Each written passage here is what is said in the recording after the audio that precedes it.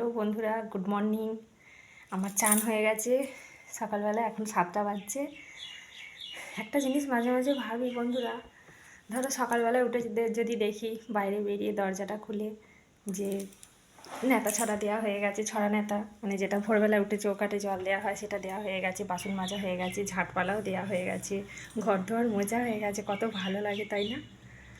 কিন্তু সেটা আর হয় না। প্রত্যেক দিন উঠে একই কাজ আর ভালো লাগে না। অন্য দিন উঠে পড়ি 4:30-র সময় ভোরবেলা, ছেলেকে পড়াতে বসাতে হয় তো সকালবেলাটা।